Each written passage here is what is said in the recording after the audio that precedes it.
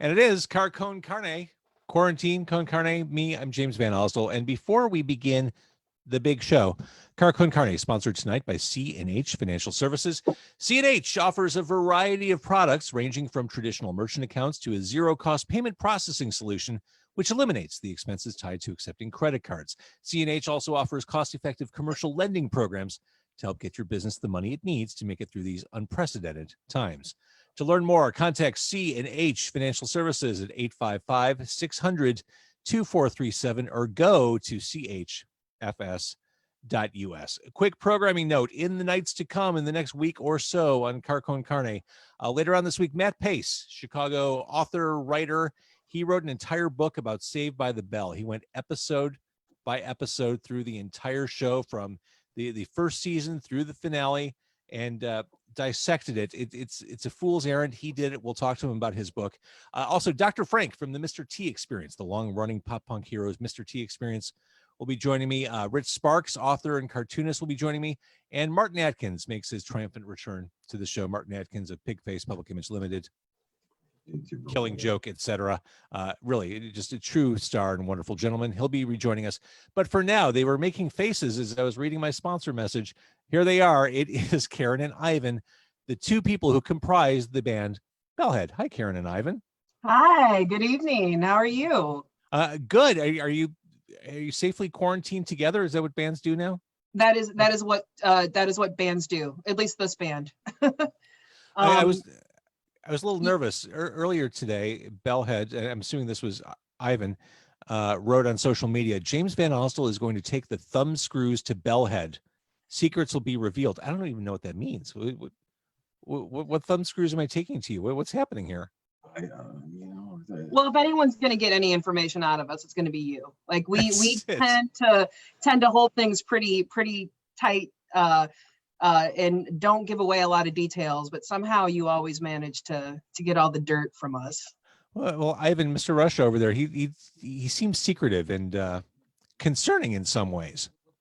Did you ever see that when David Bowie was on Conan O'Brien and they did their secrets? Yes. And he's like, once I was on stage in Cleveland, I said I was happy to be there. I wasn't. Secrets. All right. Yeah. Favorite Bowie album? Oh God. No, you can't do that. No. I will say my first Bowie album I bought was Scary Monsters and Super Creeps, which is excellent, and I would say might be my favorite. Yeah. I think it's his last true. We can't do a top Bowie song. We were talking about the Tin Machine live record "Oy Vey Baby" the other day at rehearsal, so we go deep, too deep. Yeah, there's some highlights of those Tin Machine albums. When my first child was a baby, I would sing the beginning of Baby Universal to it. Baby. You're right. Yep, we were literally talking about Baby Universal.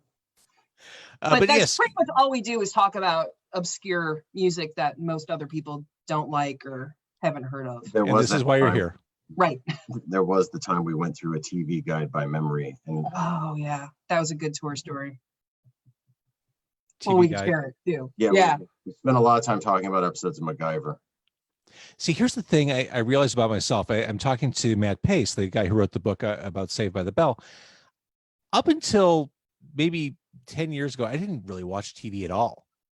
Like in television, let's be honest, kind of sucked. I mean, pre-internet explosion, pre-Breaking Bad, pre-Sopranos, TV wasn't great, right? What? No. What are you talking about? Yeah. There was the 90s Alterna angry teens. Like we had Buffy the Vampire Slayer, we had Angel, and we had Charmed. And then the 80s was chock full of absolutely fantastic with Magnum PI. Oh, stop! We had Miami Vice. We had Scarecrow and Mrs. King. Jake and the Fat Man. My Mother the Car. Right. No, look. Prior to 10 years ago, we had Millennium, and then there were a bunch of other shows. Within the past 10 years, we've had Agents of S.H.I.E.L.D. Millennium, wasn't that the movie with Chris Christopherson in it? No, that's Lance Henriksen. That was the X-Files spinoff. Greatest living American actor. He's pretty good. And X-Files was good for the first few seasons. Well, once the Liquid Terminator came on board, I kind of lost interest. Yeah, and then what was the spin-off I couldn't get behind either? The Lone Gunman. Lone Gunman. Yeah. See, we're literally turning this into like every time we have an interview, we turn into talking about pop culture and TV shows, and which is totally fine. But none of this absolves you from the Bowie question. Oh, Album. Scary Monsters and Super Creeps is a phenomenal record. Like that's the only one I have a tattoo from. So Really? I think I'll do it. My favorite Bowie album is Hunky Dory. Interesting choice. Got Queen Bitch on that. Yep. No. Andy Warhol. Life on Mars. Right. See, for me, it's Diamond Dogs, Station to Station, and Scary Monsters. Those three. Okay. And that makes sense because those are fantastic albums. Diamond Dogs has We Are the Dead, Big Brother, Rebel Rebel, and Station to Station. For the title track alone, there didn't need to be anything else on that album other than that song. That's all you need. That's perfection. I mean, it's basically an EP. Yeah, it's 6 songs. Yeah. Yeah. But those 6 songs include TVC-15 and Golden Years and World on a Wing. Oh my God. We digress. You are Bellhead. Air Bellhead. We have the entire band with us tonight. The two of you. Yes. And obviously the thing that makes you noteworthy just on paper is the fact that it's a band made of 2 bass guitarists. Well, what else do you need? That's it. One goes low, the other goes high. Yeah. So Ivan and I mean, we're obviously both bass players, but our styles are completely different. And I think that's what makes it so unique. So Ivan has, he has a vintage short scale bass. He uses a pick. His tone is, it's that high bass. And I have, the Thunderbirds and the Ampegs and the low growly rock and roll deep thunder tones. And so when you mesh those two things together, it really comes up with this obscure and unique and fascinating sound. Ivan just looks pissed. Bass possible. I do have the biggest bass. Yeah. Ivan looks angry. Wait, Ivan, are you wearing an Alice Cooper t-shirt? Yes. Oh, see? I love you guys. 1975. Welcome to my nightmare. Yep. That actually, the original idea for Bellhead on a dark and stormy night, I think it was during one of the snowstorms, Ivan and I drank a bottle of vodka, watched Too Long Fu for Everything Julie Newmar, and said that we should do a Alice Cooper tribute band. That was the thing, was why write our own songs, but we could just play Alice Cooper songs and we could call it $1 Billion Babies. Yes. And as soon as I looked into it and found out that the Alice Cooper band had spun off and put out a record as $1 Billion Babies, we were just like, well, that was it. I guess we should make our own music then. Yeah. I didn't realize that I would love you as much as or more than I already do, because Alice Cooper and Bowie, huge fan of both of them. I do want to acknowledge everyone who's watching on Facebook Live. Natalie says her favorite Bowie album is Let's Dance. Nice. She says she gets grief for it. Maybe not up there in the higher tier of Bowie albums, but that does have the cooler version, I think, of Cat People and Without You. You know what, but that album got Bowie into the mainstream. So it was able to reach so many people back in the mainstream that he necessarily didn't have it before. And then he got more fans. So I have no problem with people saying that. You've got Stevie Ray Vaughan, guitar. You've got Ricochet, which feels like it's 9 minutes long, even though it's not, That's a great one. And Modern Love is still a blast. Oh, yeah. Love is always a blast. Yeah. All right. Favorite Alice Cooper album? Is it $1 Billion Babies? It's Last Temptation. Interesting choice. From 1994? Yep. Neil Gaiman did the Italian comic book. Yeah. He did. And I want to say that's when Alice discovered Jesus. He rediscovered Jesus. It was right around that time he swung the other way. I don't know, because his wife has always been, I don't know when Alice kind of goes in and out of his. Was that before or after the golf craze? I think golf has been there for a long that's time. always been there. I read the Golf Monster book. Oh, how was autobiography. It? Read it in a day. I mean, it's fun.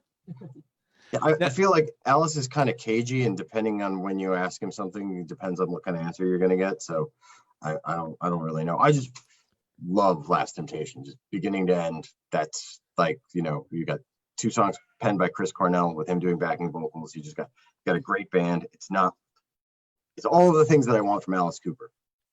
I would say Alice put out some great music in this century too. I mean, I enjoyed the Welcome to My Nightmare, the follow-up album. Even Along Came Spider had a couple good songs. I mean, there have been good songs. Dirty Diamonds, I think, is a great song from this century. He's still doing good stuff. I really like Brutal Planet. The title track is amazing. Yeah. But again, you are Bellhead. Sorry. See, we're doing it. We are Bellhead. It's your fault for wearing that shirt. So you're not new to the scene. I mean, this is not your first second post-punk industrial rodeo. You've been around, and my guess is because it's just the two of you, you've had enough of working with lots of other people. You just want to. This is you need to be isolated with just one other person you can trust. Screw the rest. I'm right here. You can. Yeah. I mean, I think that's really what it was. Like Ivan and I, we talked about getting in the same room musically for a decade. Yeah. So Ivan and I actually have interwoven and crossed paths for many years. We actually were both at various times in the band Sheriff Scabs and Black Country Rock, and I know you love Scabs. He's a great guy. So we've actually been in the same band at different times. Yeah. You've played songs I wrote when I wasn't in the band, and then you played my songs that I wrote. So basically, I took a hiatus from Chicago quite a few years ago and moved back, and I was kind of like, well, what now? Where do we go? For quite a few years, I was in a great band called Worm that we did the Pizza Cast with you. And Ivan's been in Mr. Russia for forever. Unfortunately, his mate moved away to the East Coast, and he was looking for something new. And I was like, you know what? I think it's time for me. I really, I love Worm. I love Mike Reedy. He's a great guy. But for me, it was, I want to write my own music. Sure. Being a hired gun is kind of it's not where I want to be anymore. And so again, dark and stormy night. And we said, let's just do this and see what happens. What's funny is that's actually the first thing we were on together was a Worm track that I came in and did vocals on. Right. Because when I did the Mr. Russia record, Big Noise, you were out of town, but you were supposed to do backing vocals. So you did my backing vocals for my song in Worm. Right. So Nadia from Ganser ended up doing your part, and Reedy came in and did vocals. So. Another great performer too. I just checked. I hadn't thought about this for a while. The Worm Car Con Carne was almost exactly 3 years ago. It was September of 2017. Nice. When you and I had pizza in my car. That was fun. That was a good time. And I brought the tiny bass. You did. That's right. Yes. Yeah. Speaking of which, we went to Village Inn that night in Skokie. I saw Desi, the owner, recently. Good dude. His business seems to still be kicking ass. Pandemic be damned, so good for him. Support your local. Good. When Karen told me about this, I was hoping you were gonna get the taxi plexi in your Mazda, so I could get nacho cheese in the back and stuff. Worse things have been spilled in my back seat.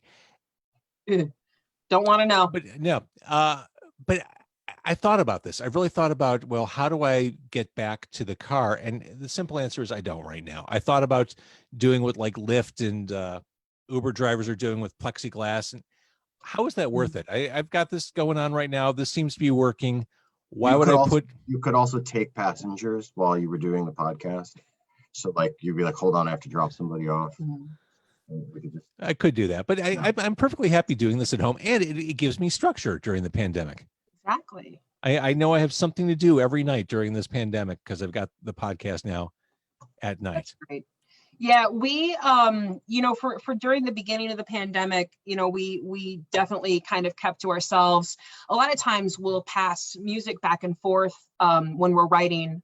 So, I'll write some terrible riff and send it to Ivan, and then he'll actually turn it into a song.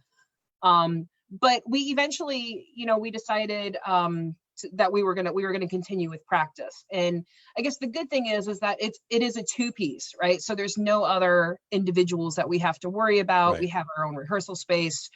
Ivan has a cat, like that's basically it. So but we have been careful during the quarantine for sure, and trying to navigate what's going on and how to musically handle this has been crazy. We're not a 5-person band. We're the same 2 people. It's like I think you told me something about the exposure to like people in your family, and it's like, this is family for me. So this is it. I haven't seen anybody else. Like I haven't seen new people, so to speak. So in the making your choice as far as like keeping my sanity and playing music, or just waiting around for America to get shit together, we're gonna keep playing. Good call. So let's talk about this. The new release is Unicorn Bones. This is like my Kimmel, Fallon, Letterman moment. The new release is Unicorn Bones by Bellhead. I love it. And speaking of Sheriff Scabs, the first song on this is Snuff Film 1974. That is a Sheriff Scabs song, which, if you're going to open an EP, why not open with the darkest, most disturbing thing you possibly can? That's it. Right. It's funny because we write these songs and we don't always have like, we write these songs and we're like, we enjoy them and there's so much fun and they're great. And we actually, we do a cover, and we actually do, and we've played it live before. So we do this amazing cover of Prince's "I Will Die for You," right? And so we're playing it live, and my fiance is in the crowd, and I'm singing it, and I thought it'd be super sweet, and it's like, "This is for you, babe." And we get off stage, and he's like, "That is the most goddamn unnerving thing I've ever heard you guys perform." And it's like, but it's sweet. It's a love song. He's like, "I don't know how you turned a love song into whatever you just played." But that's the secret of a good cover, right? I mean, that's right. Making it your own.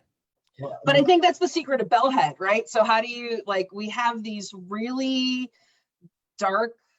I think there's a bit of sort of an Addams family. Like, we're not dark on purpose. It just turns out that way to other people. And like when Karen was saying this, so we were like, really like, no, it's not. And then later on, we're kind of like, oh, okay, well, maybe he's right, but it doesn't, somebody said something about, how like Snuff Film was about, about a snuff film. And it's, like you made a song about a snuff film. It's like, no, it's about being subjected to watching a snuff film, and the torture and like the, emotionally creates this tension.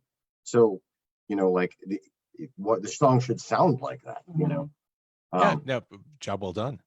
Yeah. Well, props to Sheriff Scabs himself for writing it and never recording it. And it was just, something that I was like, hey, let's dust this thing off and give it life. And Sheriff Scabs had recorded songs that I wrote. If you've ever seen the Boogeyman video where Karen's in the in the moose costume. The moose costume. Yeah. I wrote that song. They did it without me. So it was just, kind of returning the favor. And that's how we met, was through Sheriff Scabs. So he's a connector. Yes. Yeah, absolutely. Fibrous tissue.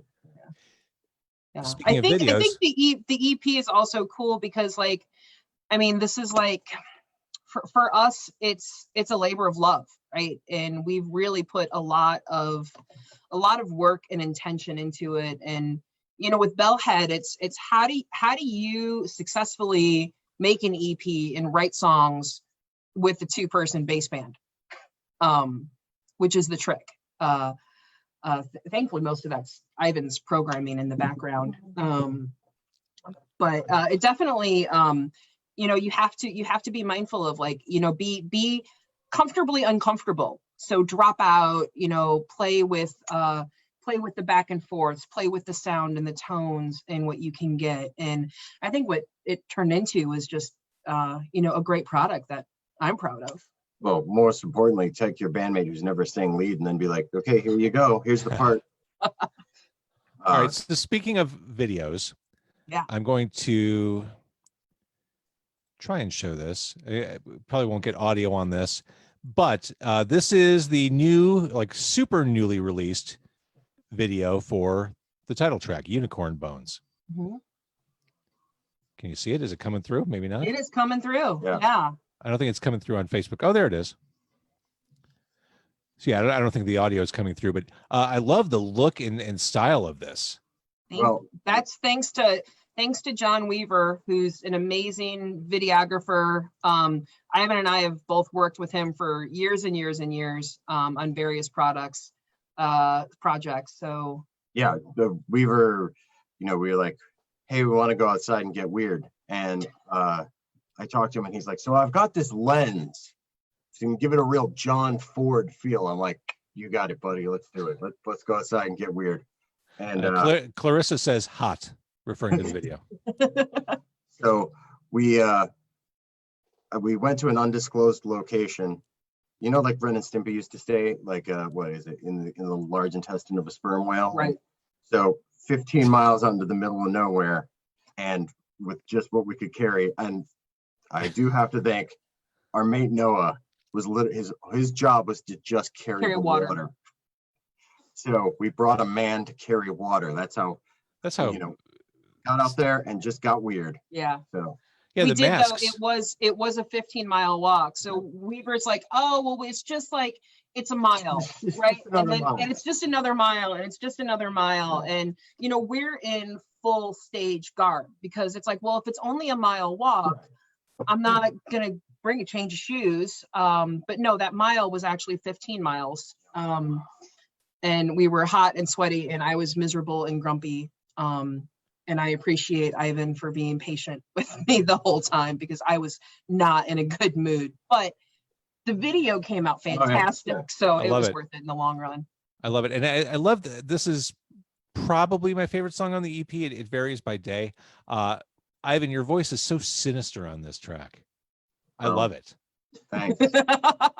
I really mean that in a good way. Yeah, low rasp is kind of my default setting. I try not to do that all the time, but that's kind of where it just drops to. Usually. Bring Me the Necromancer, The Alchemist, The Topless Dancer. Yep, that was what sold Karen on it. He sent me the lyrics, and I'm like, I know I'm in the right band when I have a bandmate that rhymes necromancer and topless dancer. Oh yeah, that's how you make fans there. I mean, that's it. That sold me. That's why I'm wearing the shirt. That's kind of the evolution of things, is that like I finished the lyrics for Unicorn Bones on Valentine's Day and we recorded it like a couple days later, right? Yeah. So that song was last to the set, where Knife is the first song we wrote. Like the first day we were in a rehearsal space, first thing we ever wrote together was Knife, and it was like, this will work. Yeah. So you're hearing an increase in Karen's vocal responsibilities as times go on, like I'm looking forward to a song where Karen will sing and I'll just step back, but when we did the single Runaway, that was the first song where you were like, your voice was pushed in the front. Yeah. So Karen's in the vocal booth and she's like, you're gonna mix this back, right? And I'm in the control room, I'm like, right. And I click out and the engineer goes, you're not gonna mix it back. I'm like, nope, not at all. Yeah. Our engineer Neil is the only other person that kind of involved in the assembly of the sausage, and he's fantastic in keeping us balanced and on task.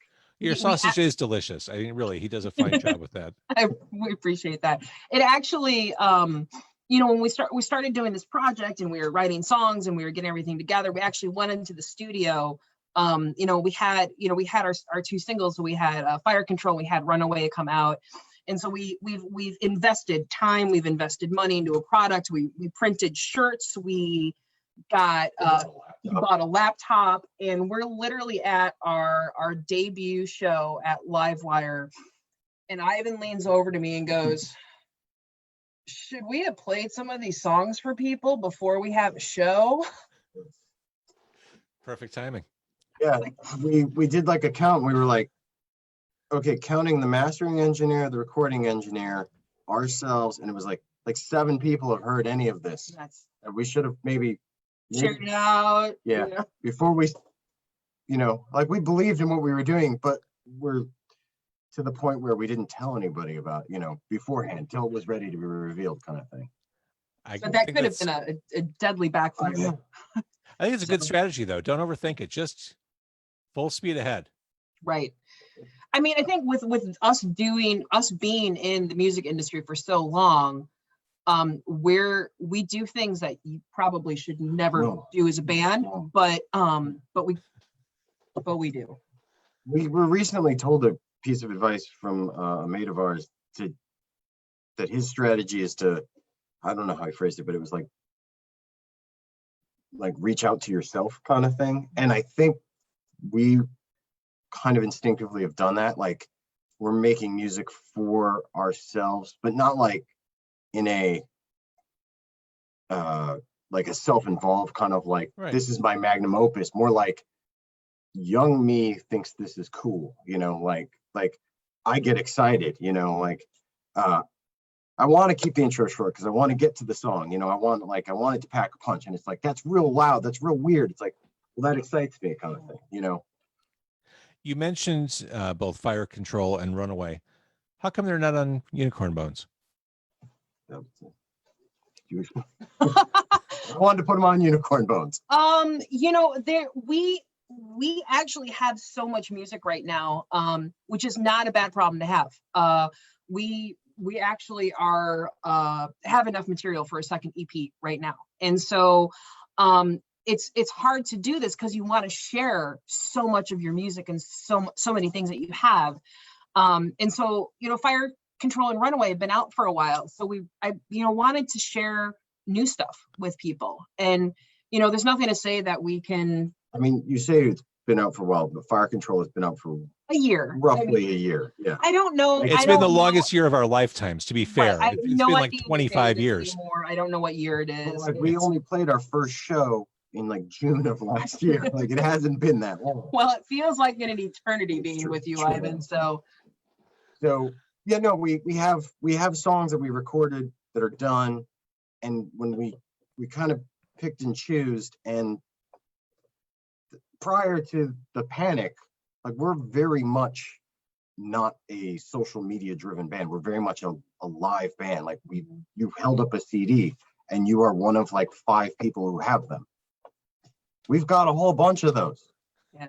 We planned on playing live, but the thing is that's the kind of band we are. The band that made, you know, things specifically for come to the show. We have a whole new T-shirt that no one has seen that we're just holding for playing live, and we're starting to go, well, should we have a web store? And it's like, I don't really want to run a web store. I want to play shows and reward. Yeah, you are one of the only people who has one of those at this point, you know. No, those are out there. Yeah, those are everywhere. I love this. Let's go back to Unicorn Bones real quick. The song I kind of go back and forth on as being my favorite between that and the title track is Always. Tell me a little bit about this song. This strikes me as a more introspective song, perhaps, lyrically. Those lyrics are. The longer I live, the less I know. Fred, I did write that. Yeah. So Karen sent me the bass riff, and You mean a bass riff, right? Well, yeah. the low bass, and I played something on it, and I sent it back to her, and she never replied. And do that often. Yeah. So then later on, I found it again, and I was listening to it, and I was like, oh, this is really cool. But we apparently just dropped the ball, which I think we do more times than there's a lot going on, so things get scattered. So I just sort of built the whole song around these parts, and I dipped back into some older lyrics and took them in a different tone. There's a Mr. Russia song called Someday, and so the lyrics in that song are in reference to that, but then the song goes into more of how it gets loud, you know, how it sort of does the hero's kind of increasing arc sort of thing. See, I love songs like that. I love songs that kind of build that momentum and that drama. So you're the one doing the streaming. That's me. Yeah. You guys should know, Kurt on the Facebook Live just said, I was just going to ask how I can get a physical copy. Look at that. So we might have to do that web store. Yeah. So right now we only have the digital on Bandcamp, but But if enough people start commenting, we definitely we'll put them up for sale on Bandcamp for a physical CD. Honestly, we were really hoping, like everyone, that it would be a normal 2020 and that we would be full steam ahead and we'd be on tour and we'd be playing shows every weekend. And how do you navigate? Like, what do we do? And so we haven't, like everybody, we're learning how to navigate these bizarre waters. Yeah. So honestly, yes, if enough people comment, or, you know, they could PM us on Facebook, Bellhead Band, and we'll make it happen. The shirt you have is the only piece of physical merch we have up for sale. That's on our Bandcamp. And this right here, it's handsome. It's a value at any price. I strongly recommend it. It fits perfectly. I get complimented on the street when I wear it. I really, you'd be crazy not to. It's a good shirt. It's a good shirt. We spent a frightening amount of time picking the fabric for the shirt. Because some band shirts are. You don't want that nasty Hanes beefy tee with that rusty vinyl. And because we're, you know, not only are we musicians, but we're fans of music. We want to make sure that people get the value for what they get, and if they get a shirt, to be able to want to wear it. So we literally went to practice and had here's band t-shirts. Bring in your favorite band t-shirt, feel the fabric. And so then we went to our printer and like, can you make that, you know, and we're very particular about that, how big the logo sits, where it sits in the shirt. It matters. It's like, what does Karen say? If the logo's too low, you don't want the logo too low, because then it's gonna, you know, if you have a little bit of belly like I do, it's gonna look all funky, and you don't want that stretching out in weird spots. I think about that too. I'm trying to work off my root beer belly, but I need, first of all, black is very slimming, which I appreciate. But no, the shirt actually handles my curves pretty well. Well, thank you. Yeah, but I mean, that's what everything that we do, we try to do with that level of care. Like the stickers that are inside the CD, those are supposed to be, we want when you get that thing home, if you get it at a show, that there's extra involved, you know, we're trying to, with the zine that we make, we have a second one to do, you know, which is all just us being creative without it being kind of like this is about us. This is us selling us. It's like, this is just something that we thought was exciting and we wanted to put it together and we wanted to share. I love it. Okay, so Bellhead Band is where we find you on Facebook and on Bandcamp. If people want to listen to the album, if they want to support you and buy a digital copy, if they want to send you a DM and say, seriously, sell me a CD of this, I want this, they can hector you about that. I'm glad to see you're both doing well. I've said it a million times on this podcast. We are starved for good content during this pandemic, and you delivered. So thank you for putting out this release. We love it.